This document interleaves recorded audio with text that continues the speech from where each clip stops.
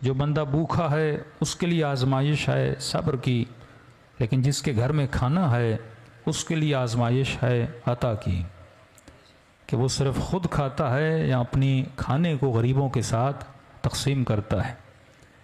कई लोगों के जहनों में एक सवाल उठा कि बारिश तो अल्लाह की रहमत है, फिर इस रहमत ने जहमत को क्यों खड़ा किया।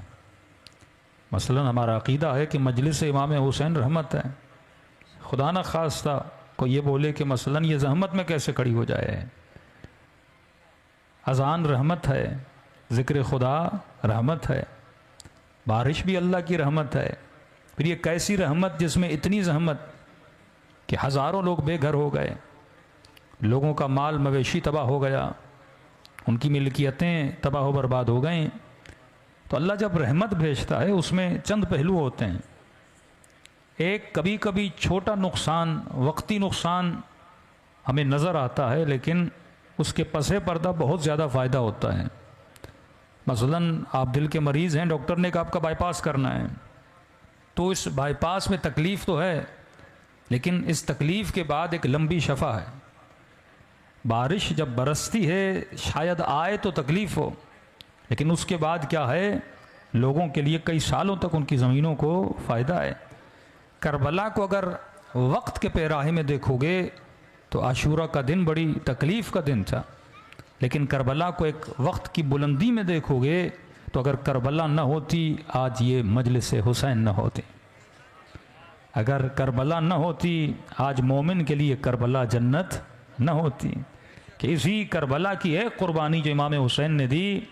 कितने लोग करबला के सदक़े में हुर बने, कितने लोग करबला की वजह से जन्नती बने। यानी अगर शीयत से मजलिस को निकाल दिया जाए, 5 मिनट के लिए सोचें, ये मजालिस अज़ा जो मुहर्रम और सफ़र की हैं आप शीयत से निकाल दें तो बक़ौल इमाम ख़ुमैनी के फिर न इस्लाम बचता है न शिया बचता है।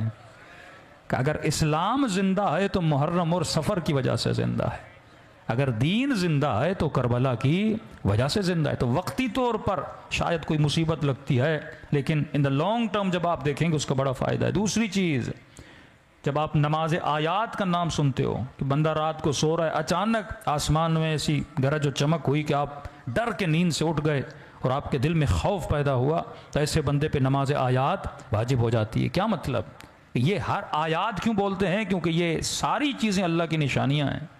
कभी कभी बंदा गाफिल हो जाता है अल्लाह की कुदरत से, इसके पास थोड़ा माल थोड़ी दौलत आती है, ये तकब्बुर में चला जाता है।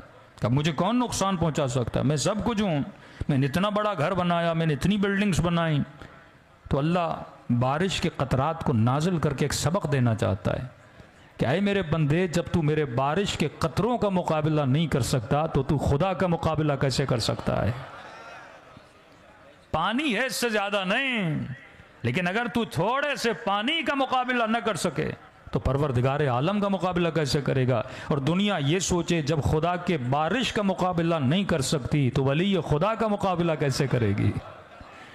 वो भी आयत है, ये भी आयत है। बारिश अल्लाह की छोटी आयत है, अहले बैत आयतुल कुबरा हैं, आयतुल उज़मा हैं, अल्लाह की सबसे बड़ी आयतें हैं। तो बंदा इससे सबक भी सीखे कि एक पानी है लेकिन तुम्हारी बिल्डिंगों को बहा के ले जाता है, पानी है तुम्हारे चंद मरला होटलों को बहा के ले जाता है। तो जब खुदा की बारिश का मुकाबला नहीं है तो अपने ज़ईफ़ होने के महसूस करो, अपनी कमज़ोरी का एहसास करो और कभी रब के सामने तकब्बुर न किया करो। तारीख़ बताती है जिन्होंने तकब्बुर किया खुदा ने उन्होंने नीज़ तो नाबूद किया, लेकिन जिस हुसैन ने सब्र किया खुदा ने उसे आला मकाम अता किया। आज चंद सवालात आपकी खिदमत में रखना चाहता हूँ ताकि आज की मजलिस से कुछ लेकर जाएं, एक नया ज़ाविया करबला को देखने का। 2-2.5 महीने हम अहले बैत की मजालिस अदा करते हैं। आज ख़ुद से सवाल करिए कि इमाम हुसैन करबला क्यों गए। हम सब के जहनों में चंद जवाबात हैं, आज उन जवाबात को ज़रा गिने कि क्या जवाबात हैं। सबसे पहला जवाब यह आता है इमाम हुसैन करबला यजीद के मुकाबले में गए। भाई यजीद का मुकाबला क्यों करने गए, क्योंकि यजीद शराबी था, यजीद बदकार था, यजीद दुश्मन दीन था, इसलिए इमाम हुसैन यजीद के मुकाबले में गए। तो ये सवाल तो फिर हमारे जहनों में खड़ा होना चाहिए कि अगर हाकिम शराबी हो, हाकिम बदकार हो, तो इमाम पर वाजिब है कि उसके खिलाफ क्या करे, क़ियाम करे। तो सवाल यह है, क्या ये वजूब सिर्फ मौला हुसैन के लिए था, बाद में आने वाले इमामों के ऊपर नहीं था? फिर इमाम ज़ैनुल आबिदीन ने क़ियाम क्यों नहीं किया? फिर इमाम मोहम्मद बाक़िर ने क़ियाम क्यों नहीं किया? फिर छठे इमाम ने क़ियाम क्यों नहीं किया? फिर सातवें इमाम ने तलवार क्यों नहीं उठाई? फिर इमाम रज़ा ने तलवार क्यों नहीं उठाई? फिर इमाम हसन अस्करी ने तलवार क्यों नहीं उठाई? अगर किसी का शराबी होना ये हमें इजाज़त देता है कि हम उसके ख़िलाफ़ क़ियाम करें, तो ये क़ियाम सिर्फ मौला अली की ज़िंदगी में क्यों मिलता है? इस बेहाफ पे कि यजीद शराबी है, इस बेहाफ पे कि यजीद ज़ानी है, इमाम हुसैन के मुकाबले में जा रहे हैं। दूसरी चीज़, यजीद हुसैन से क्या चाहते थे? हम सब के जहनों में यह है कि यजीद इमाम हुसैन से बेअत चाहता था। भाई यजीद मौला हुसैन से बेअत क्यों चाहता था, कभी ये सोचा? हमारे जहनों में यह है कि यजीद अपनी हुकूमत के लिए हुसैन से बेअत चाह रहा था, जबकि तारीख बताती है कि यजीद को वोट ऑफ कॉन्फिडेंस की ज़रूरत नहीं थी। जिसकी हुकूमत ख़तरे में होती है वह कॉन्फिडेंस का वोट लेता है, लेकिन जिस यजीद की हुकूमत खड़ी थी, फौज उसके पास, हुकूमत उसके पास, यहाँ बाप गया बेटा तख्त पे बैठ गया, वो साहिब हुकूमत बन चुका था, उसे मौला हुसैन की बेअत की ज़रूरत तो नहीं थी। या ऐसा तो नहीं था कि लोगों ने कहा कि यजीद जब तक हुसैन तेरी बेअत नहीं करेंगे हम तुझे नहीं मानेंगे, ऐसी बात भी नहीं थी। बल्कि यजीद अगर मौला हुसैन से मुकाबला कर रहा है तो अपनी हुकूमत को गिराने की गोया कोशिश कर रहा है। फिर उसे ज़रूरत क्या पड़ी कि इमाम हुसैन से बेअत ले? दूसरी चीज़, जब यजीद को यजीद के बाप ने बताया था कि यजीद हुसैन से कभी बेअत न लेना, क्योंकि हुसैन कभी तेरी बेअत नहीं करेंगे। जब यजीद को यकीन कामिल था कि हुसैन मेरी बेअत नहीं करेंगे, फिर यजीद हुसैन से बेअत ले क्यों रहा था? इनकी नस्लों को पता था ना हुसैन के बाबा ने कभी बेअत की, ना हुसैन कभी बेअत करेंगे, तो बेअत का माजरा क्या था? दूसरी बात, जब इमाम हुसैन को पता था कि यजीद को मेरी बेअत की ज़रूरत नहीं, इमाम हुसैन मदीने रुकते, लश्कर बनाते, लश्कर बनाने के बाद यजीद के मुकाबले में जाते। ना हुसैन मदीने रुक रहे हैं, उबैदुल्लाह इब्न अब्बास ने कहा कि मौला हुसैन रुक जाइए, लश्कर मजबूत बनाइए जाइए। और उबैदुल्लाह इब्न ज़ुबैर ने कहा कि हुसैन मैंने आपके नाना से सुना था कि उनका एक नवासा होगा जिनको भेड़ की तरह ज़बह कर दिया जाएगा, मुझे खौफ है कि वो नवासे आप ना हों। तो मौला ने फरमाया तू बाहर वाला है, तुझे पता है, मैं घर वाला हूँ, मुझे तो सारे वाक़यात मेरे नाना ने बताया है। फिर कहा मौला हुसैन जाना है चले जाइए, लेकिन ये क्या माजरा है, अपने साथ बहनों को साथ लेकर जा रहे हैं। आज तक देखा कोई जंग के लिए जाए तो पूरी फैमिली को लेकर जाए, आज तक देखा कोई जंग के लिए जाए तो अपनी 4 साल बच्ची को लेकर जाए, आज तक देखा कोई जंग के लिए जाए तो अहलो अयाल को लेकर जाए। कहा हुसैन जाना है तो चले जाइए, लेकिन बच्चों को क्यों लेकर जा रहे हैं, बहनों को क्यों लेकर जा रहे हैं? इमाम हुसैन का जुमला, मेरा खुदा ये देखना चाहता है कि हुसैन करबला जाए। यजीद दुश्मन मौला हुसैन, मौला हुसैन दुश्मन यजीद हैं। इमाम की स्ट्रेटजी क्या थी दुश्मन के मुकाबले में, और दुश्मन की स्ट्रेटजी क्या है मौला हुसैन के मुकाबले में? जबकि यजीद को पता है कि हुसैन बेअत नहीं करेंगे, फिर भी बस जिद है बेअत लेने पर। दूसरी चीज़, अगर मसला सिर्फ हुसैन इब्न अली थे तो मौला को कत्ल कर दिया, शहीद कर दिया यजीद ने, तो फिर ज़रूरत क्या पड़ी कि इमाम हुसैन के लाशे को पामाल किया रहे? भाई आपका दुश्मन है, आपने दुश्मन को मारा, रास्ते से हट गया, बात खत्म हो गई ना। लेकिन फिर ज़रूरत क्या पड़ी? सिर्फ मौला हुसैन को शहीद नहीं किया, शहीद करने के बाद मौला हुसैन के सर को कलम किया, कलम करने के बाद नो के नेजा पे रखा, उसके बाद लाशों पे घोड़े दौड़ाए, उसके बाद सरों को मुसलमानों की बाजारों में ले जाकर घुमाया गया। क्या यजीद इतना बेवकूफ़ था? उसे पता नहीं था अगर मुसलमानों के बीच में जिस मोहम्मद का वो कलमा पढ़ते हैं उसी के नवासे का सर मैं बाजारों में ले जाऊंगा तो क्या ये लोग मेरे खिलाफ नहीं होंगे? क्या अवाम के जज्बात मेरे खिलाफ नहीं उभरेंगे? अगर कोई बोलता है कि मौलाना यजीद बेवकूफ़ था तो वो खुद बेवकूफ़ है जो यजीद को बेवकूफ़ समझ रहा है। जिस यजीद को कूफे का हाकिम जिसको यजीद ने बनाया, 25 साल उसका बाप हाकिम रह चुका था, उसके पास तजुर्बा था। यजीद की पूरी फैमिली सियासत में थी, हुक्मरानों में रही थी, इसके दाएं बाएं लेफ्ट एंड राइट बड़े थिंक टैंक लोग थे जो सोच समझ के इसको मशवरे देते थे। ये ऐसे तो इमाम हुसैन की जंग में नहीं आया ना, कोई प्लानिंग करके आया ना। फिर ये कैसी प्लानिंग है जिस प्लानिंग के नतीजे में वो खुद को बदनाम कर रहा है कि नबी के नवासे के गलों को काट के बाजारों में घुमाया जा रहा है। अरे दुश्मनी हुसैन से थी, समझ बात आती है, लेकिन उस हुसैन की बहनों की चादरों को लूटना, 4 साल बच्चियों को असीर बनाना, और बाजारों में ले जाना। यह कौन सी टेक्निक थी कि एक ऊंट पे सैयदा ज़ैनब को बिठा दिया, उसी ऊंट की गर्दन में भाई के कटे हुए सर को बांधा, और ये मंजर पूरा बाजार देख रहा है। करना क्या चाहता था यजीद? और जब मौला हुसैन को पता था, जब खुद कहा इमाम ने, मेरा खुदा यह देखना चाहता है मेरे बच्चे असीर हों, मेरा खुदा यह देखना चाहता है हुसैन करबला जाए, तकदीर इलाही रकम हो चुकी है कि हुसैन को करबला जाना है, तो मौला हुसैन कौन सा नक्शा बनाकर करबला गए? दुश्मन के मुकाबले में जाना है कि स्ट्रेटेजी होती है। हुसैन इब्न अली की स्ट्रेटेजी क्या है? यजीद की स्ट्रेटेजी क्या है? अगर दुश्मनी हुसैन से है तो मौला हुसैन को शहीद करने के बाद फिर यह बात बनती नहीं थी कि उनके बच्चों को असीर बनाया जाए। अगर दुश्मनी मौला हुसैन से थी, मामला खत्म, जंग खत्म हो गई, लाशों को दफना देते। लेकिन फिर सरों को बाजारों में घुमाना, फिर यह बोलना कि बाजार सजाए जाएं, ढोल बजाए जाएं और अली की बेटियों को लाया जाए। 5 मिनट सोचिए, 50 साल रसूल खुदा को गुजरे जाते हुए, वो मुसलमान जिसकी मस्जिदों में 5 वक्त अजानों की आवाजें आ रही थी कि अशहदु अन्ना मुहम्मदन रसूलुल्लाह, और उसी बाजार में उसी मोहम्मद की नवासी को असीर बना के घुमाया जा रहा है। क्या सोच थी यजीद की, क्या फिक्र थी? हमने पूरी यजीदियत को 2 जुमलों में महदूद कर दिया कि यजीद शारिबुल खम्र था, यजीद बेदीन था, इसीलिए मौला हुसैन उसके मुकाबले में गए। क्या मामून दीनदार था? क्या मुतवक्किल दीनदार था? क्या मुंतसिर दीनदार था? क्या अमीन दीनदार था? ये जितने हुक्मरान अब्बासी बाद में आए जिन्होंने इतना जुल्म किया कि बगदाद की दीवारों को बनाने के लिए जिंदा 40 सादात को उन दीवारों में चुन दिया गया, जिंदा। ऐसे हुक्मरान गुजरे जब रात को सोते थे तो अपने बेड के अतराफ में सैयदों के कटे हुए कान लगाता था, और वो शख्स रहता जब कान पे देखता था तो हर मरने वाले का नाम और उसके बाप का नाम उस कानों पे दर्ज होता था। इतना जुल्म किया कि आपकी सोच है जो जुल्म हज्जाज इब्न यूसुफ ने किया, ये आपकी सोच है।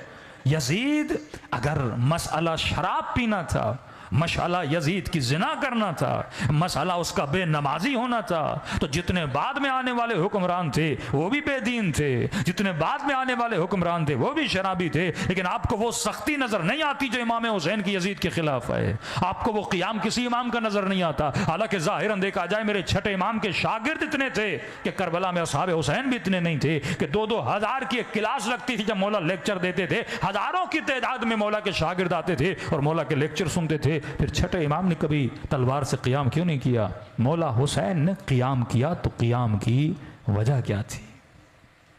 यजीद के जहन में चल क्या रहा था? क्या था उससे पहले जो थे, क्या उन्होंने शराब नहीं पी? आलम यह था बनी उमैया के हाकिमों का, ये सुन्नत की किताबों में मौजूद है कि शराब पीकर नमाज पढ़ाते। और आलम बदबख्ती ये था कि जब लई ने 2 रकात को 4 कर दिया तो पूछने वाले ने कहा कि आपने आज नमाज सही नहीं पढ़ाई। उसने कहा क्या मतलब? कि आपने सुबह की 2 4 कर दी। तो उसने कहा मेरा शुक्रिया अदा करो, मैंने कम तो नहीं की ना, इजाफा करके ही पढ़ाया है ना। और इस कदर शराब पी के नमाज पढ़ाते थे कि उल्टियां मुसल्लों पे करते थे, मस्जिद को अपनी गंदगी से नजस कर देते थे। यह आलम था। ऐसे ही बात में आने वाले हुक्मरानों का यह आलम था। लेकिन हमें नहीं मिलता किसी और इमाम ने तलवार उठाई हो। हुसैन क्यों तलवार उठा रहे हैं? जरा सोचो। अगर यजीद की फिक्र को समझना है ना तो यजीद की शेर व शायरी पढ़ लो। यजीद का प्लान क्या था? यजीद का प्लान यह था, वो बरमला मिंबर पे जाके 2 जुमले बोलता था, कहता था ला वह्युन नज़ल, न कोई वही आई, न जिब्राइल आया, न कोई कुरान आया, ये वो ढोंग था जो बनु हाशिम ने रचाया। मतलब नबी का इनकारी, वही खुदा का इनकारी का ये सारा ढोंग है जो बनु हाशिम ने रचा। अलियाज़ु बिल्लाह, रसूल ने ढोंग रचाया। अलियाज़ु बिल्लाह, अली ने ढोंग रचाया। कोई कुरान नहीं, कोई खुदा नहीं। अब यजीद अपनी सोच को अवाम तक कैसे लाए? वो ये चाहता था जो इस्लाम और दीन रसूल खुदा लाया है मैं इसको जड़ों से उखाड़ दूं और लोगों को बोलूं ये कुछ भी नहीं था, ये समझो एक जादू था, एक ढोंग था, एक ड्रामा था जो बनु हाशिम ने रचाया। हम वापस फिर उसी बुत परस्ती की तरफ चले जाएं, हम वापस फिर अपने खुदाओं की तरफ चले जाएं। बनु उमैया को सबसे बड़ी तकलीफ ये थी कि रसूल ने आके उनके खुदाओं का लोगों को इनकारी बना दिया था और कलमा ला इलाहा इल्लल्लाह का पाबंद बना दिया था कि कोई इलाह नहीं सिवाय अल्लाह के। उनको बुत परस्ती से हटाया। ये चाहता था फिर से लोगों को बुत परस्त बना दिया जाए। और उसके लिए ज़रूरी था कि हुसैन उसकी बेअत करें। सब ने बेअत कर ली थी, लेकिन हुसैन की बेअत बड़ी काम की बेअत थी। क्यों? जब मौला हुसैन बेअत करेंगे और जब यजीद लोगों में जाएगा और उनको ये फिक्र देगा कि कोई दीन नहीं, कोई कुरान नहीं, कोई वही नहीं, ये सब एक ड्रामा था, और लोग कहेंगे यजीद तू झूठ बोल रहा है, यजीद दिखाता कि देख हुसैन ने मेरी बेअत कर ली। जब मोहम्मद का नवासा मान रहा है तो तुम लोग क्यों नहीं मान रहे? प्लान नंबर 2 क्या था? अगर हुसैन बेअत न करे तो हुसैन को कत्ल कर दो। लेकिन कत्ल हुसैन से यजीद को फायदा तो नहीं होना था ना। अगर मौला हुसैन शहीद हो जाते तो यजीद कैसे लोगों को बेदीन बनाता? अगर मौला हुसैन शहीद हो जाते वो कैसे बोलता कि कोई खुदा नहीं, कोई दीन नहीं? तो यजीद ने इमाम हुसैन को शहीद करवाया और उसके बाद ये प्लान बनाया कि आले रसूल पे इतना जुल्म करो कि लोग एक सवाल उठाएं। कहा लाशों को पामाल करो, सरों को काट के बाजारों में ले जाओ, नवासियों को असीर बनाओ, 4 साल बच्ची को तमाचे मारो, और तमाचे ये नहीं कि तन्हाई में मारना, बाजारों में जाके तमाचे मारना। ये रिवायात के जुमले हैं, रावी कोई शिया नहीं। का इमाम हुसैन का सर शाम के बाजार में जमीनों पे फेंका गया और नेज़े की अनियों से मारता था कि मेरे मौला सजाद फरमाते ये वो एक मकाम था जहां पे मेरे बाबा की कटी हुई गर्दन से आवाज आई कि जालिम मारना है मार, बेटी के सामने न मार। कौन करता है ऐसा? क्यों बच्चियों को लोगों के सामने? ये दूसरा प्लान था उसका। पहला प्लान हुसैन से बेअत लूं, अगर बेअत न की इतना इस घराने को असीरी में मुब्तला करूं और फिर लोगों के अंदर ले जाऊं। लोग कौन? जो कलमा पढ़ने वाले, लोग कौन? जो ला इलाहा इल्लल्लाह के मानने वाले, लोग कौन? जो मोहम्मद की रिसालत पे ईमान रखने वाले। अब जब सादा ईमान बंदा ये देखेगा उसी मोहम्मद के नवासे की गर्दन नो के नेजा पर है, उसी मोहम्मद की नवासियां असीर बन के बाजार में आई हैं, उसी मोहम्मद का नवासा जंजीरें बंधी हुई, जुल्म इतना, कटे हुए सर कि पूरे सर पे खाक मली हुई है। जब इनको असीर बना के रुसवा करके बाजार में लाऊंगा तो लोगों के जहनों में एक सवाल होगा, अगर कोई खुदा होता तो मोहम्मद के नवासे की मदद करता। इतना जुल्म हो गया कि 6 महीने के बच्चे के गले में तीर लगा। खुदा अपने मोहम्मद के नवासे की मदद नहीं कर रहा, खुदा मोहम्मद के हुसैन की मदद नहीं कर रहा, कि जिसके लिए हुसैन के लिए बोला कि सैयदा शबाब अहलुल जन्नह, ये जन्नत के जवानों के सरदार, जन्नत के जवानों के सरदारों के साथ ही हाल। अगर कोई खुदा होता। कई कमजोर दिल मोमिन जब कोरोना के दिन आए ना, अभी मैं इंटीरियर सिंध से, कई गरीब कह रहे थे अगर कोई खुदा होता तो हमारी मदद करता, अगर कोई खुदा होता सियासतदानों से पूछता, अगर कोई खुदा होता अली वाला क्यों मरता, अगर कोई खुदा होता। कई लोगों का ईमान इन बीमारियों में कमजोर हो गया था कि भाई हरम से शफा मिलती है, आज हरम बंद है, जिक्र हुसैन से शफा मिलती है, कोई मजलिस में आने के लिए तैयार नहीं था।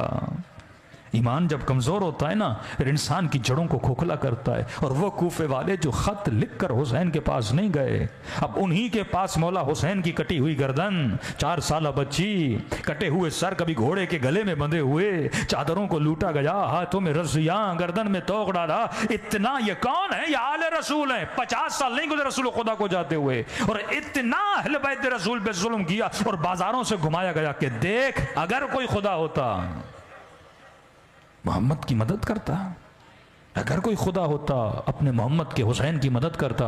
लिहाजा जब ये जहनों में सवाल बने ना, तो मतलब कोई खुदा नहीं है। अगर खुदा होता, ये कहते थे ना अल्लाह ने बदर में रसूल की मदद की, फरिश्ते नाजिल हुए, क्या ये सब बातें थी? क्या वो फरिश्ते बांध दिए गए? उन फरिश्तों को करबला में क्यों नहीं भेजा? उन फरिश्तों को बाजार कूफा में क्यों नहीं भेजा? उन फरिश्तों को बाजार शाम में क्यों नहीं भेजा? लोगों के अकीदों को कमजोर किया। यह प्लान था यजीद का। हुसैन का प्लान क्या था? स्ट्रेटजी देखो, एक इमाम की और निज़ाम तागूत की। यहां से मोमिन अपने ईमान को मजबूत करें, कहीं मुसीबतें परेशानियां तुम्हें कमजोर न कर दें। कहीं वो सोच जो यजीद की थी कि आज लोग बेदीन क्यों बन रहे हैं, क्योंकि अल्लाह पे भरोसा खत्म हो गया। वो ईमान और यकीन मंजिल कामिल जो मौला हुसैन के पास थी वो हमारे वजूद से ख़त्म होता जा रहा है, क्योंकि जुल्म इतना बढ़ता जा रहा है। ये अलाइम ज़ुहूर में से कि मौला के ज़हूर से पहले इतना जुल्म, इतनी बेदीनी, इतनी तंगी लोगों के अंदर लाई जाएगी कि बंदा बोलेगा अगर कोई खुदा होता तो हमारी मदद करता। क्यों हमारा ईमान मोजिज़ों पर मजबूत हो जाता है, क्यों हल्का हल्का मोजिज़ा हर घर में होता है। तो मोमिन बोलता है मौलाना फलां घर में मोजिज़ा हो गया। भाई अगर मोजिज़ा न होता तो क्या तुझे हुसैन पर यकीन नहीं था? अगर मोजिज़ा न होता क्या तुझे मौला अली पर यकीन नहीं था? ईमान इसी तरह कमज़ोर करता है शैतान। यही सोच यजीद इब्ने मुआविया की कि इतना जुल्म करो आले रसूल पे कि लोगों के जहनों के अकीदे कमज़ोर हो जाएं। कोई खुदा नहीं। 50 साल तो गुजरे हैं ना, कोई 1000 साल का फासला तो नहीं। जब हमारे मोमिनों के गले काटे जा रहे थे वहां पर भी आवाजें उठी थी अगर कोई इमाम ज़माना होता। क्यों नहीं हमारी मदद करते मौला? यहाँ पे फिक्र हुसैन को सोचो कि मौला हुसैन की फिक्र क्या थी, हुसैन इब्ने अली की स्ट्रेटेजी क्या थी। वही स्ट्रेटेजी जो अंबिया की। पहला सवाल, खुदा मदद कब करता है? जरा कुरान उठाओ। इब्राहिम की मदद कब की? मूसा की मदद कब की? ईसा की मदद कब की? अल्लाह की एक सुन्नत है और खुदा की सुन्नत कभी बदलती नहीं है। वो वैसे मदद करता है जैसे अंबिया की मदद की, औलिया की मदद की, वैसे ही खुदा इमाम हुसैन की मदद करेगा। किस तरह मदद की अल्लाह ने इब्राहिम की? जरा कुरान तो पढ़। पूरी आग भड़काई गई, इतनी ज्यादा आग थी कि इब्राहिम को फेंकने में भी उनको तकलीफ हो रही थी। अब कहा करें तो क्या करें? शैतान ने मशवरा दिया कि मंजनीक बनाओ, उस मंजनीक में अल्लाह के नबी को डालो और मंजनीक के जरिए इब्राहिम को आग में फेंका जा रहा है।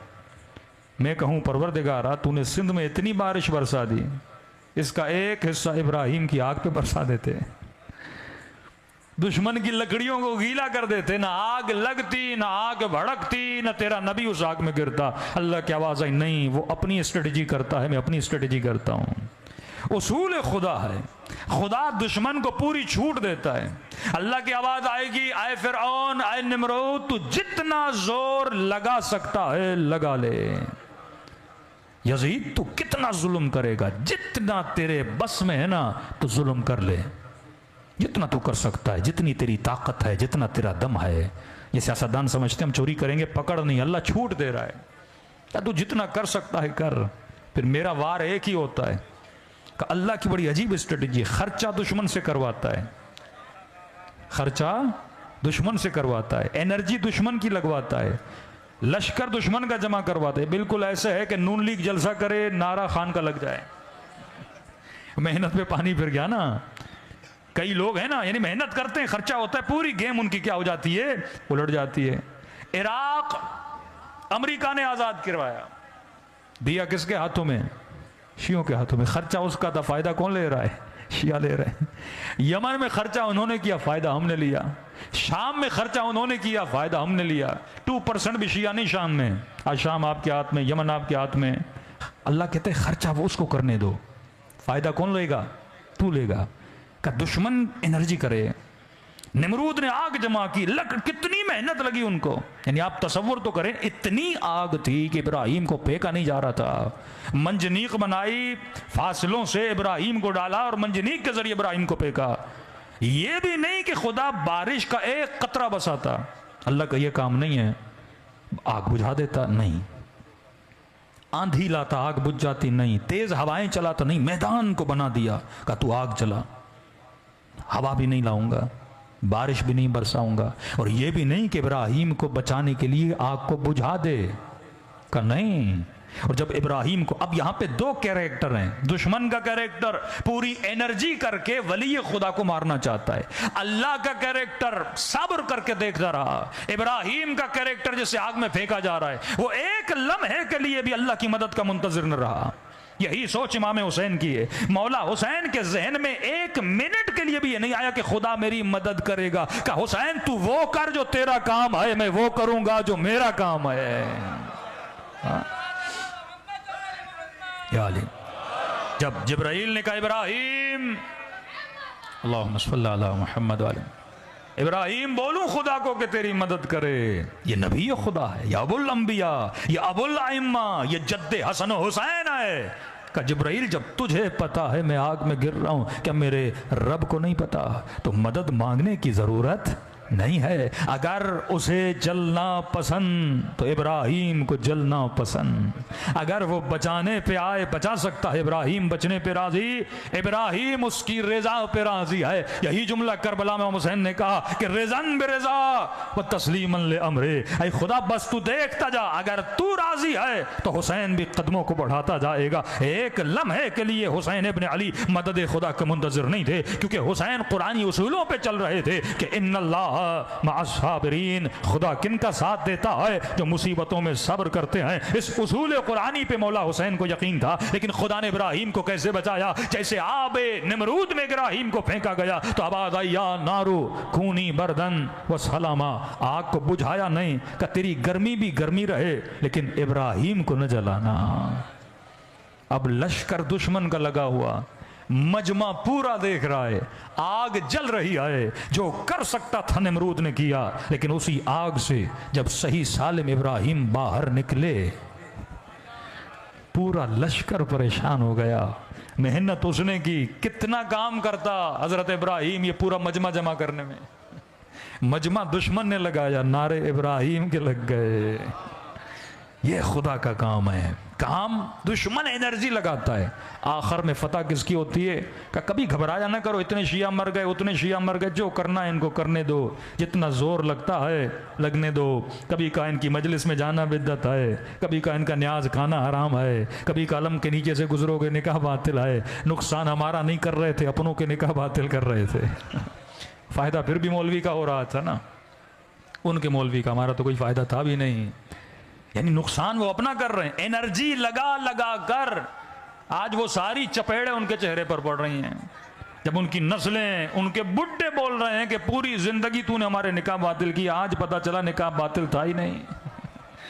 पूरी जिंदगी तुमने हमें झूठ बोला, आज मीडिया से साबित हो गया, शियों की मजलिसों से साबित हो गया, इनकी मजलिसों में ऐसा कुछ नहीं होता। बातिल कितना उभरेगा, बिल आखिर हक उभर के वापस आ जाता है। तो खुदा की एक स्ट्रेटेजी है, वो इन द एंड एक ऐसा काम करता है कि दुश्मन की सारी मेहनत पे पानी फेर देता है। पहले दुश्मन के चेहरे को जाहिर करता है कि देख तेरा दुश्मन कैसा था। वल्लाह अगर करबला ना होती ना, बनी उमैया का चेहरा लोगों पे जाहिर ना होता। आज भी लोग यजीद के कसीदे पढ़ रहे हैं। अब तसव्वुर करो, यजीद अगर अपनी यजीदियत न करता, वो मुसलमानों का कोई पांचवा या छठा खलीफा भी बन जाता, ये अकीदा इनका हो जाता। इमाम हुसैन उसके चेहरे को जाहिर किया। फिर आते हैं हजरत मूसा, ये कुरानी किस्से हैं, हदीस नहीं है। कुरान कहता है मूसा, और हदीस लफ्ज कुरान है खीफतन, जब जादूगरों को बुलाया, मतलब पूरी दुनिया से उसने जादूगर जमा किए। किससे शिकस्त देने के लिए? मूसा को शिकस्त। वो मूसा अकेला, मजमा जमा, गांव जमा, जादूगर जमा हुए। ऐसे तो बनी इसराइल ने ईमान नहीं लाया ना, मूसा को बड़ा टाइम लगता। सारे जादूगरों को जमा किया, रस्सियां फेंकी, सांप बने। कुरान कहता है हजरत मूसा डर गए, अरे खुदा मैं क्या करूं?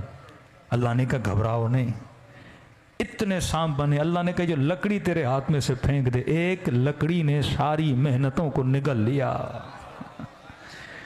एक लम्हे में खुदा ने किसे जिताया? हजरत मूसा को। हजरत ईसा सारी मेहनत की, खुदा ने शक्ल को बदल के ईसा को आसमान पे उठा दिया। यजीद का भी एक प्लान था, खुद करबला के मकाम पे स्ट्रेटेजी थी ना कि करबला में इमाम हुसैन को रोका जाए, किसी और जगह पे क्यों नहीं? कहीं अगर शहर में मौला को शहीद करोगे शायद शोहरत हो जाए। हुसैन को वहां शहीद करना जहां जंगल हो, जहां एक सहराई जमीन हो, जहां पे शहीद करके दफन करके वापस आ जाना। दुनिया को क्या पता कोई हुसैन आया था, कोई नबी का नवासा आया था। अब आज 40 के दिनों को देखो और अल्लाह के मोजज़े को समझने की कोशिश करना। अल्लाह की आवाज आई, यजीद तू जो कर सकता है करो। फिर खुदा देख क्या करता है। यजीद जिस जगह को तूने हुसैन के जंगल बनाया था, जिस जगह को तूने हुसैन का मक्तल बनाया था, एक जंगल को तूने हुसैन का मक्तल बनाया। मैं भी तेरा खुदा नहीं अगर उसी जंगल को मोमिन के लिए जन्नत न बनाया।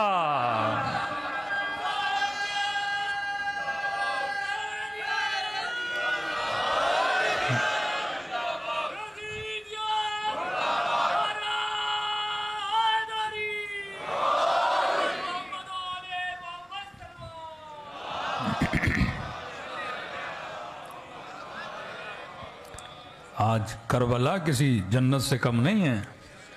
कभी गौर किया कि जितनी रिवायात व अहादीस हैं सवाब ज़ियारत इमाम हुसैन के बारे में, ये क्यों है कि एक ज़ियारत का सवाब मसलन 70 उम्रों के बराबर है, अरफा की ज़ियारत का सवाब हज के बराबर है। ये बार बार इसको उम्रे और हज से क्यों जोड़ा जाता है?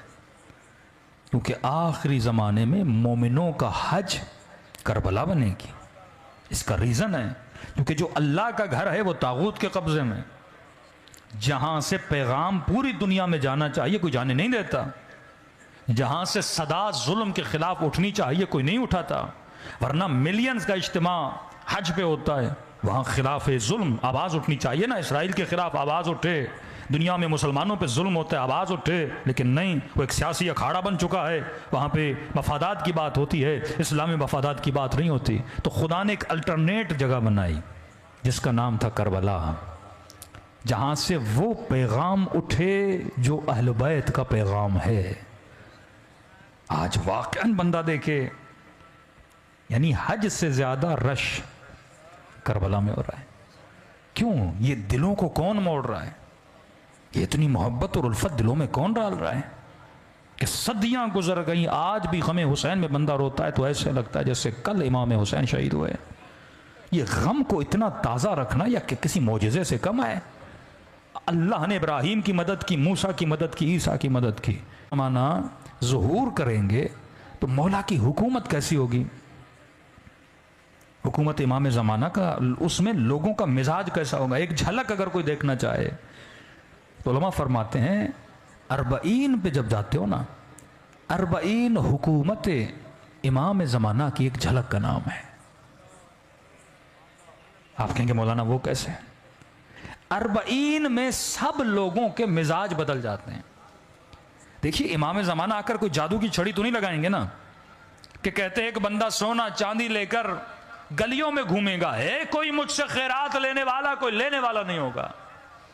कोई खातून कूफे में अपने बदन पे सारा सोना पहनकर बसरे की तरफ जाएगी, ना कोई सोना लेने वाला होगा ना कोई उसे देखने वाला होगा। क्या होगा ऐसा मुआशरे में? इमाम ज़माना वाले मुआशरे को अगर देखना है ना, अरबईन चले जाओ। बंदा अपना बिस्तर किसी को नहीं देता। आज तक देखा है आपके घर में वॉशिंग मशीन है, आप मोहल्ले वालों को बोलो जिसने कपड़े धोने हैं मेरे घर में आके धो ले, करता है कोई? मोमिन कहता है मैं अरबईन पे गया, एक इराकी के घर, नए नए डब्बों से नए नए बर्तन निकाले, नए नए कंबल निकाले, नई नई चादरें निकाली। मैं परेशान हो गया, मैंने कहा वो तो पड़े हुए हैं, वो भी साफ हैं अल्हम्दुलिल्लाह, वो रखो ना, बर्तन तो तेरे घर में हैं, ये नए नए सील पे एक बर्तन वर्तन क्यों निकाल रहा है? कहा ये मेरे नहीं। कहा किसके हैं? कहा ये मेरी बेटी का जहेज है। कहा फिर हमें क्यों दे रहे हो? कि मेरा दिल है कि तुम इस्तेमाल करोगे, जब ये शोहर के घर जाएगी ये इसके लिए बाइस बरकत बनेंगे। 70 साल का बूढ़ा तमन्ना कर रहा होता है मेरे हाथ से पानी का गिलास ले ले। ऑफिसर टाइप के लोग जमीन पे बैठे होते हैं, जरा अपनी बूट तो सामने ला, मैं पॉलिश करना चाहता हूं। आज तक देखा कोई एसपी और डीएसपी किसी गरीब को बोले अपना पाँव तो सामने ला, मैं तेरे जूते पॉलिश करना चाहता हूं? ये हो क्या जाता है लोगों को अरबईन में? ये मोजज़ा नहीं है। घरों के दरवाजे खुले हैं, आ जाओ हमारे घर में सो जाओ। अरे इतना सैलाब आया पाकिस्तान में, किसी ने अपने घर के दरवाजे नहीं खोले। करोड़पति लोगों की जेब से 1 और 1.5 लाख से ज्यादा मैंने किसी को नहीं देखा निकालते हुए देखा। क्यों किसी ने अपने बेंगलों के दरवाजे नहीं खोले कि जिन शियों के घर तबाह हुए, आ जाओ हमारे घर में सो जाओ। किसी ने अपने बिस्तरे निकाल के गरीबों के लिए नहीं भेजे, किसी ने अपने बर्तन निकाल के गरीबों के लिए नहीं भेजे। करबला में ऐसा क्या होता है जो पाकिस्तान में नहीं हो रहा? करबला झलक है ज़हूर इमाम ज़माना की। जब मौला का ज़हूर होगा ना, सबके मिजाज ऐसे होंगे जैसे अरबईन में लोगों के होते हैं। तभी कोई गरीब नहीं रहेगा, तभी कोई ज़कात लेने वाला नहीं रहेगा। अरबईन पे जाओ, दरवाजे खुले हैं, मोमिन थका हुआ बैठो, मैं तुम्हारे पाँव दबाऊं। बूढ़ा जवान, पूरा माल जो कुछ उसके पास है सबीले लगाता है, खाने रखता है, आओ खाओ। मतलब कोई भूखा नहीं रहेगा, इमाम ज़माना की हुकूमत आएगी।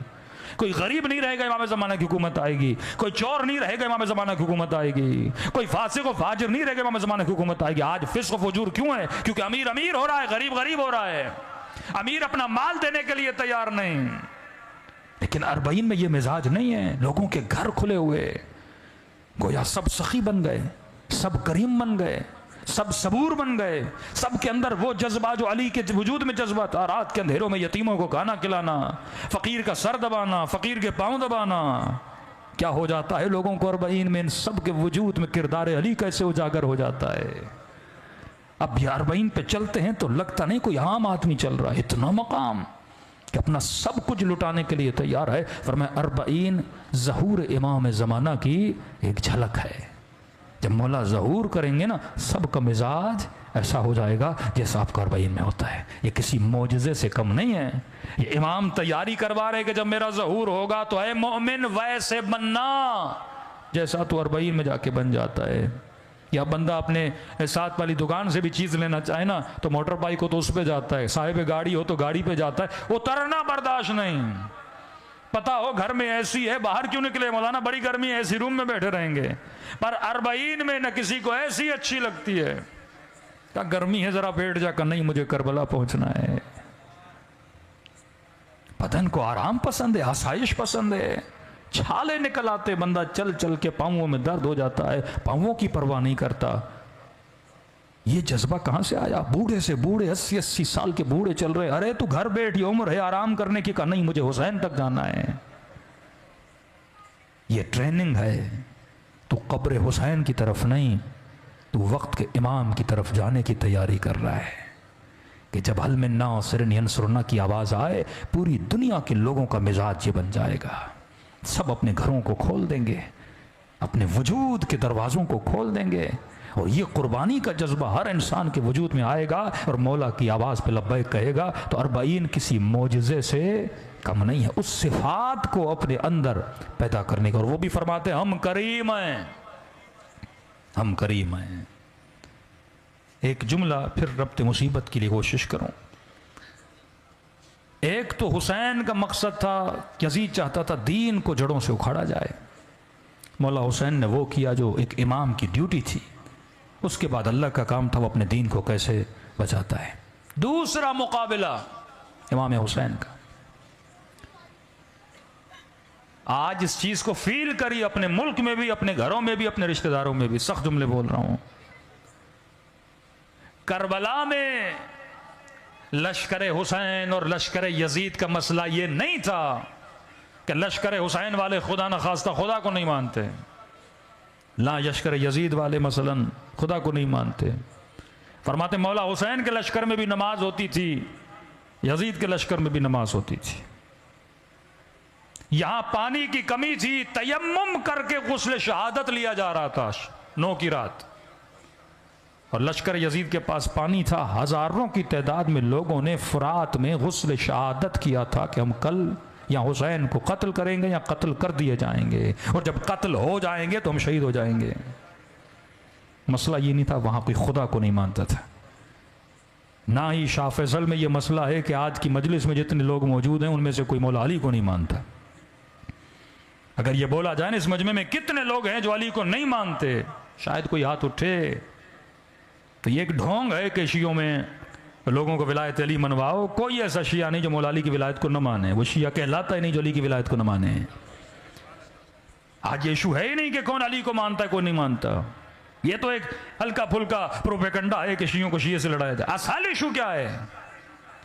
आज पाकिस्तान के फासिक, फाजिर, शराबी, बदबख्त, बद किरदार से पूछोगे ना खुदा को मानते हो, बहुत गाढ़ा अल्हम्दुलिल्लाह बोल के बोलेगा मानता हूं। ये हाई रैंक के जो सियासतदान है सबसे पूछो अल्लाह, शहबाज शरीफ से पूछो अल्लाह को मानते हो, कहे अल्हम्दुलिल्लाह। उसकी बेटी से पूछो अल्लाह को मानते हो, कहेगी अल्हम्दुलिल्लाह। मस्जिद के मौलवी से पूछो अल्लाह को मानते हो, कहेगा अल्हम्दुलिल्लाह। सब मान रहे हैं अल्लाह को, मसला अल्लाह को मानने का तो है ही नहीं। इस मजमे में जितने लोग हैं सबसे पूछो मौला अली को मानते हो, कहेंगे अल्हम्दुलिल्लाह हम हैं शिया अली की विलायत को मानते हैं। मसला मौला अली के मानने का नहीं, मसला खुदा के मानने का नहीं, मसला मोहम्मद रसूलुल्लाह के मानने का नहीं। इशू क्या है? हुसैन भी खुदा को माने, शिमर भी खुदा को मान रहा है, और भी खुदा को माने, इब्न साद भी खुदा को माने।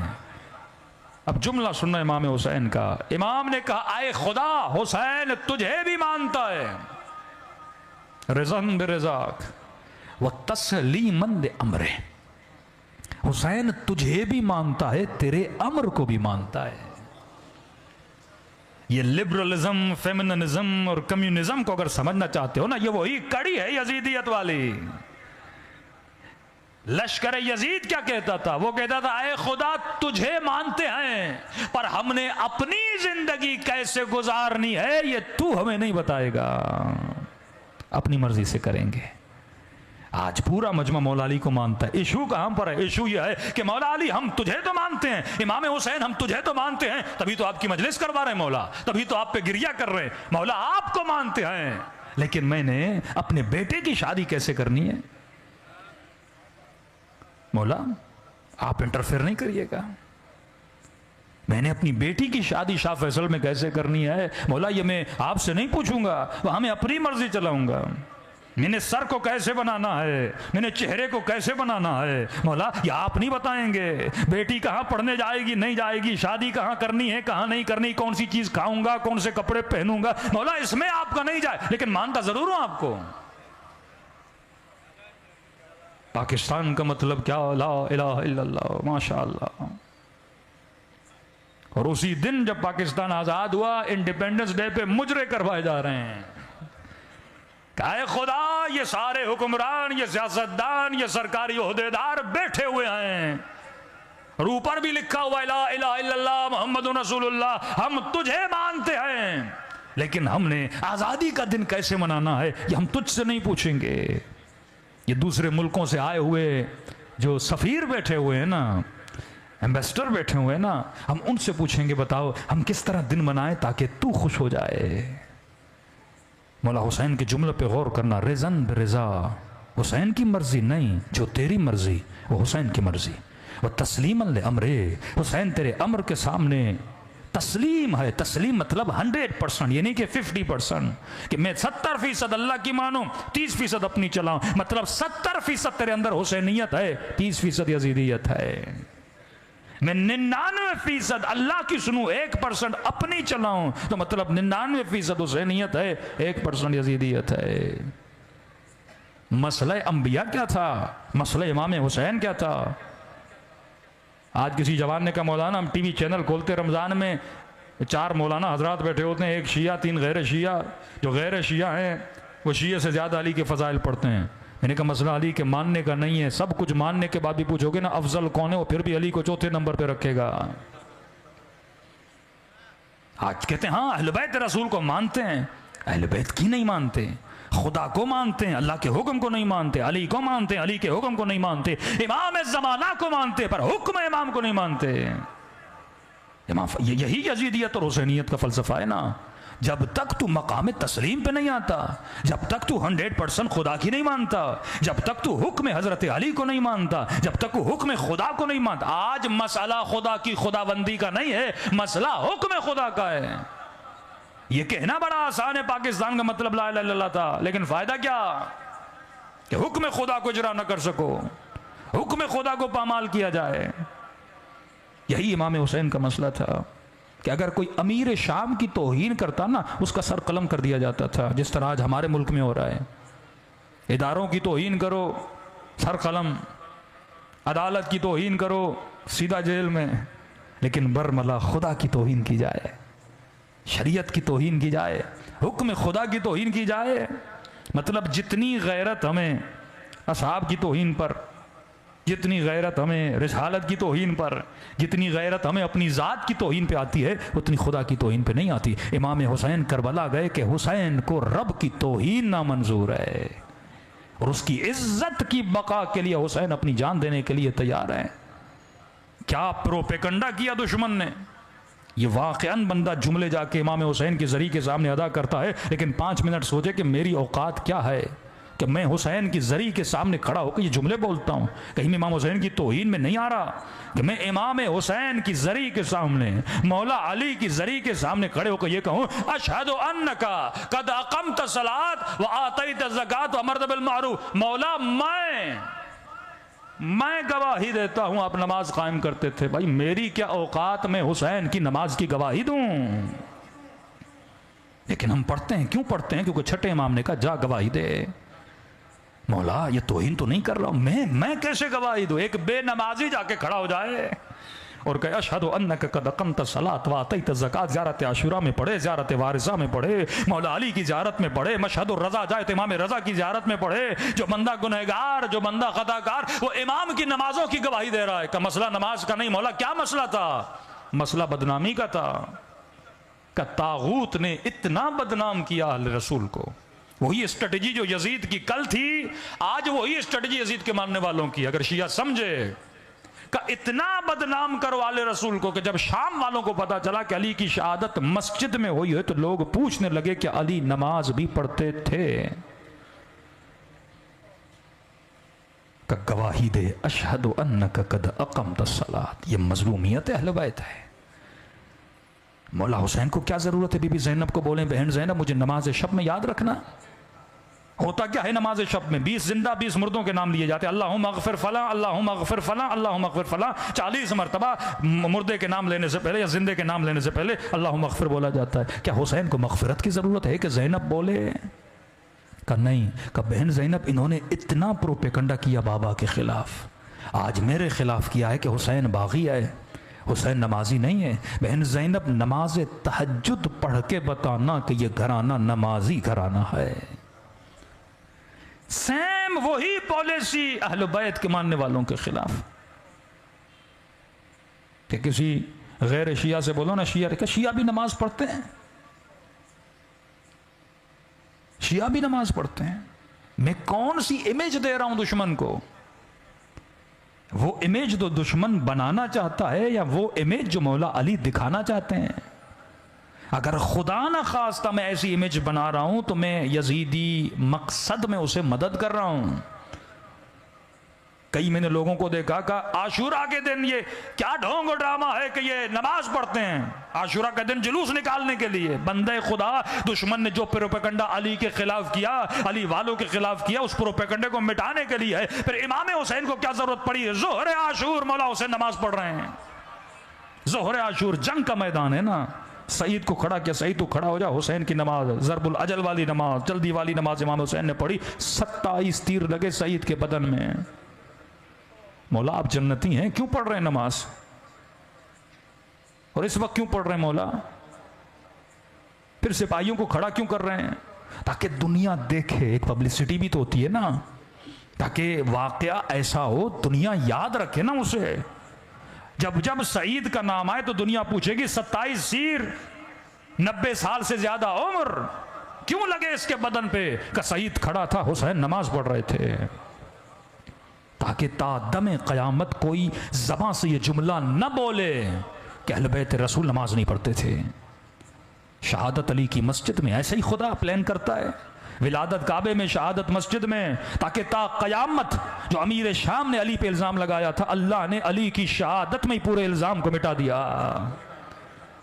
कि मतलब ये दुश्मने अहले बैत रखने वाला बंदा ये कभी भी अहले बैत के फजाइल से भाग ही नहीं सकता। काबे का तवाफ करेगा तब भी अली की विलादत याद आएगी, मस्जिद में सजदा करेगा तब अली की शहादत याद आएगी। तो ये अगर भागना चाहे तो भाग नहीं सकता, और भागने के लिए या काबे को छोड़ना पड़ेगा या मस्जिद को छोड़ना पड़ेगा। हाँ? एक प्लान खुदा बना। आज मसला हुक्म खुदा का है, वल्लाह मसला हुक्म अहले बैत का है। आज इशू ये नहीं कि कौन अहले बैत को मानता कौन नहीं मानता, मसला ये लोग हुक्म अहले बैत को नहीं मानते।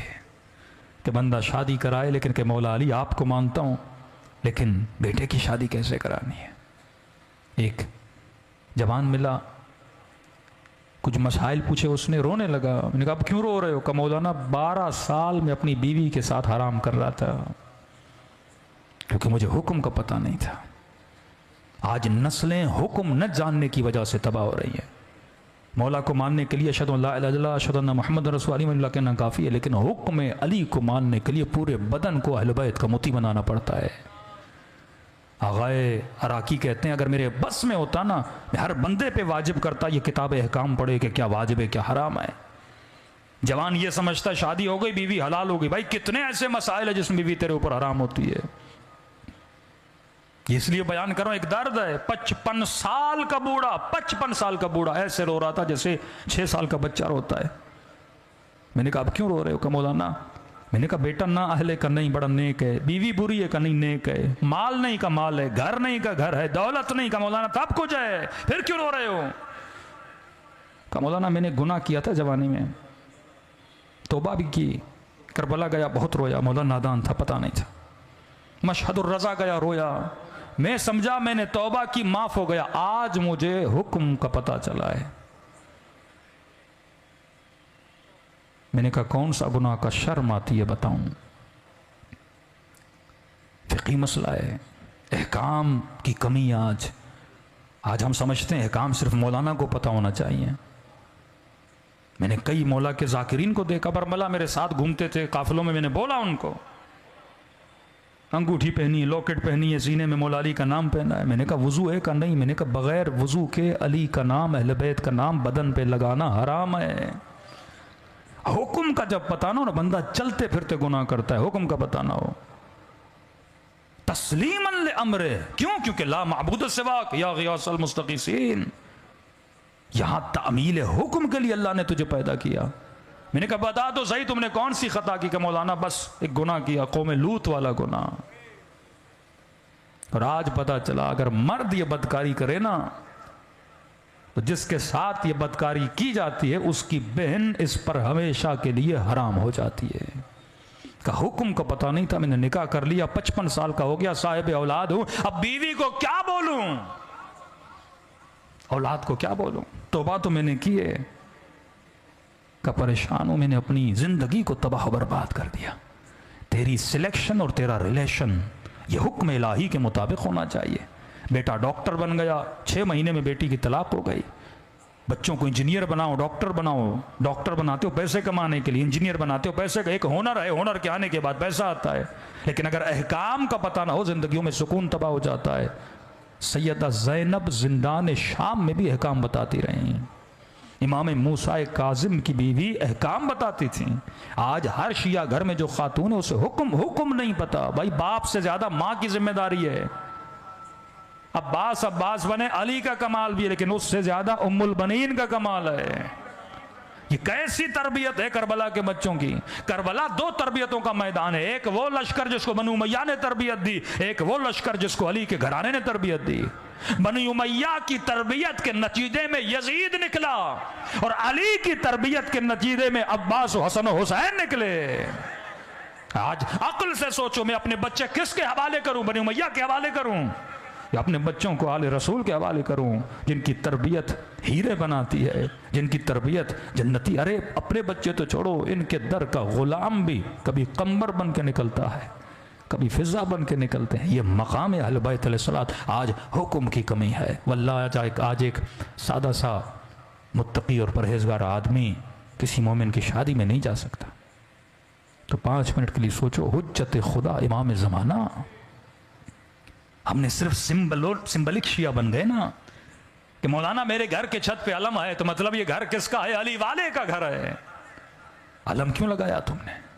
सवाल का निशानी है किसकी? अब्बास की। भाई तो और भी थे। इतना मकाम खुदा ने गाजी को क्यों अता किया? भाई तो और भी थे, वो भी मौला हुसैन के भाई थे, उनके अंदर भी कुर्बानी का जज्बा था। का नहीं, अब्बास ने अदब की इंतहा कर दी, वफा की इंतहा कर दी। जब तू कुछ करता है ना तो फिर खुदा मकाम देता है। भाई हैं सारे, लेकिन जब अब्बास का ये मकाम था ना, खुदा ने मकाम दिया। अब घर पे अब्बास का अलम, हजरत अब्बास क्या है? वफा और अदब का मंजर पेश कर रहे हैं। अब 5 मिनट के लिए सोचो, जिस घर पे अब्बास का अलम हो, मतलब अलम अदब है ना, और उस घर के छत के नीचे बेटा बाप से बेअदबी करे, शोहर अपनी बीवी को तमाचे मारे, तो क्या मैंने इस अलम का अदब किया? इसीलिए फरमाया सबसे आसान तरीन शबी है ना। आज किसी को 10,000 दो अलम खरीद के लाएगा, 50,000 दो ताबूत बन जाता है।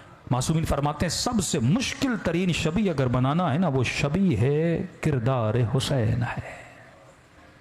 अगर मौला हुसैन को अब्बास की ज़रूरत थी तो क्या तेरे इमाम ज़माना को किसी अब्बास की ज़रूरत नहीं? किसी हबीब इब्न मदाहिर की ज़रूरत नहीं, हबीब हबीब रिश्तेदार नहीं है, लेकिन मौला हुसैन ने ख़त लिखा, मेरे भाई हबीब इब्न मदाहिर।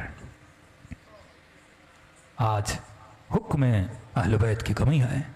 जब हमारे बुज़ुर्गों ने कोई तंजीम भी बनाई तो उसका नाम भी रखा तहरीक निफाज फ़िक़्ह जाफ़रिया, निफाज फ़िक़्ह जाफ़रिया, यानी लोगों के ऊपर फ़िक़्ह अहले बैत को नाफिज किया जाए।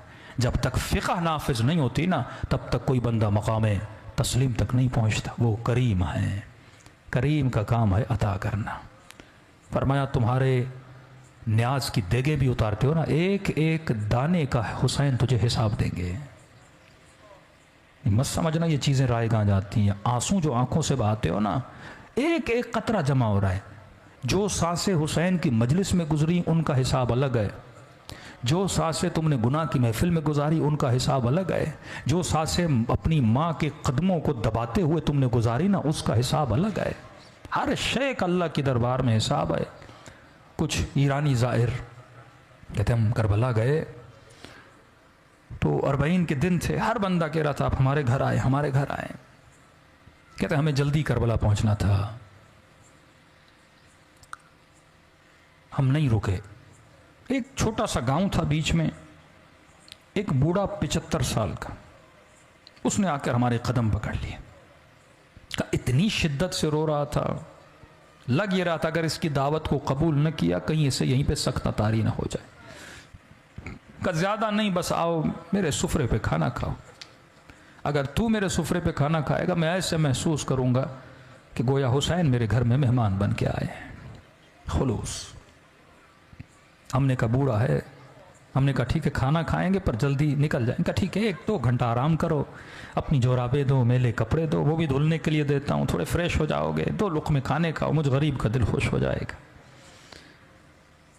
कहते हैं उसके घर हम चले गए। उसने कहा ठीक है मैं 1 घंटे में खाना तैयार करता हूँ। हम थोड़ा कमर सीधी करके बैठ गए। उस बूढ़े के घर की दीवार के ऊपर एक पेंटिंग लगी थी। पेंटिंग थोड़ी अजीब थी जिसने हमें अपनी तरफ खींचा। हमने क्या देखा, उस पेंटिंग पे एक ताबूत है, मय्यत है अंदर। उस ताबूत के साथ में कब्र है खुदी हुई। हमने कहा ये कैसी पेंटिंग है? लोगों के घरों में जाओ, यहाँ करबला की जरी ये चीज़ें हैं, लेकिन ये कैसी पेंटिंग है जिसमें ताबूत है, ताबूत के अंदर मय्यत और सामने खुदी हुई कब्र है। बूढ़ा आया, हमने कहा बूढ़े बताओ ये पेंटिंग का माजरा क्या है? उसने कहा पहले खाना खा लो, कहीं ऐसा ना मैं बताऊं तुम रोने लगो। मौला के ज़ाहिर हो, सुकून से खाना खाओ। इसरार किया कर नहीं, खाना खाओ। खाना खा लिया हमने। हमने कहा अब बता, कहा ये जो ताबूत देख रहे हो ये मेरा ताबूत है, ये जो कब्र देख रहे हो ये मेरी कब्र है। एक दिन मैं मर चुका था, मेरा जनाजा ताबूत में था, इसी तरह मेरी कब्र खुदी हुई थी। आज जो मैं तुम्हारे सामने जिंदा हूं ना, ये हुसैन की दुआ का नतीजा है। ऐसे कई मौजूज़े हो चुके हैं। का जरा समझा तू कहना क्या चाहता है? का मेरे पूरे गांव वाले से पूछो कि ये बूढ़ा जिसके घर हमने खाना खाया है इसका माजी कैसा था, तो सारे गांव वाले गवाही देंगे हमारे गांव में इससे बड़ा कोई फासिक नहीं था। का मुझे नहीं याद कोई ऐसा गुनाह था जो मैंने नहीं किया। मेरा हुसैन इब्न अली से लेना देना नहीं था, मेरी एक अपनी गफलत की जिंदगी थी। सद्दाम वासिल जहन्नुम हुआ, 40 का सिलसिला शुरू हुआ। मैंने देखा जोक दर जोक कुछ लोग हैं जो करबला हुसैन की ज़ियारत के लिए जा रहे हैं। मेरा दिमाग तो था ही शैतानी ना। मैंने कहा जाता हूँ इन ज़ायरों को लूटता हूँ, किसी का मोबाइल लूटूंगा, किसी के पैसे लूटूंगा, थके हुए टूटे हुए सो जाएंगे, लूट लूंगा। कहता निकला अपने इरादा लेकर, चाय की सबीलें, खाने की सबीलें, मौकब पे मौकब लगा हुआ। दिल किया कि चाय पीऊँ। एक मौकब पे गया, मैंने कहवा उठाया, पीना चाहा। उस जवान ने मुझे पहचान लिया कि मैं चोर हूँ। उसने कहा कहवा नीचे रख, ये सबील हुसैन के ज़ायरों के लिए है, चोरों के लिए नहीं है, दूर हो जा हमारी सबील से। बुरा लगा। मैंने कहा कोई बात नहीं, आगे दूसरी सबील से पी लूंगा। आगे बढ़ने लगा, एक बूढ़े ने देखा जो सबील के अंदर था, कहा इधर आ। मैंने कहा क्यों आऊँ, चाय तो तुम पिलाने नहीं देते। कहा शर्म नहीं आती, सारे गांव वाले मदद कर रहे हैं, हुसैन की ज़ाहिरों की खिदमत कर रहे, तू खिदमत नहीं करेगा? मैंने कहा क्या करूं? अब कहता मैं हुसैन को जानता नहीं, मानता नहीं, कोई गरज नहीं, कोई लालच नहीं। मैंने कहा ऐसे क्या मदद करूं? कहा देख चाय बना रहे हैं, चीनी ख़त्म हो गई, 2 किलो चीनी लेकर आ। मैंने कहा ठीक है। बग़ैर गरज के ना, आप न्याज करते हो, जहन में कोई सोच है ना, मौला हुसैन मदद करेंगे, कब्र में क़यामत में सैयदा को अजर देंगी मेरे आंसुओं के बदले। कहता नहीं, मेरा कोई जहन में पस मंजर नहीं। मैं गया, 2 किलो चीनी ली, वापसी पे एक और सबील थी जहाँ चाय चल रही थी। मैंने कहा चाय यहाँ पीऊँ फिर जाऊँगा। उसने बोला भी तो अब उसकी चाय नहीं पीऊँगा। इज़्ज़त नफ्स ने मुझे रोका। मैंने चीनी इसके टेबल पर रखी, चाय पीना चाहिए। उस सबील वाले ने समझा मैं उसके लिए लेकर आया हूँ। उसने कहा मौला का ज़ाहिर चीनी लेकर आया है। मैं रोक न सका, बता न सका कि आपके लिए नहीं, अगले वाले के लिए। उसने उठा ली, मैंने कहा कोई बात नहीं, 2 किलो और लेता हूँ। आगे बढ़ा, कहता है क़ज़ा पूछ के नहीं आती। आज मजमे में बैठा अगर मोमिन ये समझ रहा है ना 2 साल के बाद मरूंगा, 10 साल के बाद मरूंगा, ये तेरी भूल है। सेकंड लगते हैं रूह को बदन से निकलने में। कहता सीने में तकलीफ हुई, जमीन पे गिर पड़ा, अचानक देखा रूह निकल चुकी है, बदन जमीन पे पड़ा हुआ है। लोग दौड़े दौड़ा चेक किया कि बंदा मर चुका। का इतना फासिक था, मेरे जनाजे को कांधा देने के लिए मेरे रिश्तेदार तैयार नहीं थे। 4 मजदूर ढूंढे, उन्होंने कांधा दिया। समझ रहा था ख्वाब देख रहा हूं, लेकिन जब अपनी खुदी हुई कब्र को देखा, ताबूत पे अपने जनाजे को देखा, मैंने कहा ख्वाब नहीं, मर चुका है। कहता इस आलम में परेशान खड़ा था, किसे पुकारूं? बंदा कुछ करे तो अल्लाह को पुकारे ना, न खुदा को सही से मानता था। कहता है कब्र के किनारे पे 2 अजाब के फरिश्ते खड़े थे, हाथ में गुर्ज लिए। इतनी हैबत थी इनके वजूद में, जब देखते थे गोया मेरे अंदर से जान को खींच लेते थे। समझ गया उतरूंगा, कब्र का दरवाजा बंद होगा, अजाब शुरू हो जाएगा। कहता मेरा वजूद कांप रहा था, किसे पुकारूं, कौन आएगा मदद के लिए। इतने में मेरे पीछे से एक मीठी सी आवाज आई, और आवाज ने मलाइकों को मुखातब किया, आए मलाइकतुल्लाह, मेरे दोस्त को डरा क्यों रहे हो? मैंने कहा कौन है इस आलम में मुझे अपना दोस्त कह रहा है? कहता है मुड़ के देखा तो मलाइकों ने बड़े अदब से इसे झुक के सलाम किया और कहा अस्सलामु अलैका या अबा अब्दुल्लाह अल हुसैन। हुसैन शहीद करबला। हुसैन ने मुझे अपना दोस्त कहा मुझसे ज्यादा मलाइकों ने ताज्जुब किया। कहा मौला ये रहा इसका नाम आमाल, दूर दूर तक आपके किरदार की इसके अंदर खुशबू नहीं है, यह आपका दोस्त कैसे बना? इमाम ने कहा अगर दोस्त न होता मेरी सबील पे 2 किलो चीनी न देता। कौन देता है बेगरज किसी को कोई चीज? कहा हुसैन गुनाह बहुत है, 2 किलो चीनी की कीमत क्या? ये हुसैन है, जरा जरा चीज का हिसाब रखता है हुसैन, ये करीम है। अजीब जुमले इस बूढ़े ने कहे कि सुनने वाले ईरानी सारे ज़ाहिर रोने लगे। कहा इतने करीम है, हमें पता नहीं था मौला हुसैन का। इमाम ने कहा 2 किलो चीनी के अंदर जितने चीनी के दाने थे, हर दाने के एवज इसका एक गुनाह मिटा दो। कहा मौला मिटा दिए, अब भी गुनाह बहुत आए। कहा 2 किलो लेने गया था, ली नहीं थी। अगर तू करबला जाने की नीयत करे, बीच में मर जाए ना, सवाब लिखा जाएगा। आया तो था ना, नीयत तो की थी ना। इमाम ने कहा दानों को काउंट करो, हर दाने के। बस कहने लगे मौला हुसैन अब भी गुनाह बहुत है। बूढ़ा रोकर अपना सर पीट के कहने लगा, जब ये कहा ना मौला अब भी गुनाह ज्यादा है, कहता मैंने सर झुका लिया, अब हुसैन क्या देंगे, कुछ है ही नहीं। क्या मौला हुसैन ने कहा और कितने किलो की जरूरत है? हुसैन खुद खरीद के देगा। का एक शफकत भरी निगाह से मुझे देखा, कहा वापस चला जा और बन के वापस आना। अब अगली बार जब आओ ना हुसैन को मलाइकों के सामने शर्मिंदा होने न देना।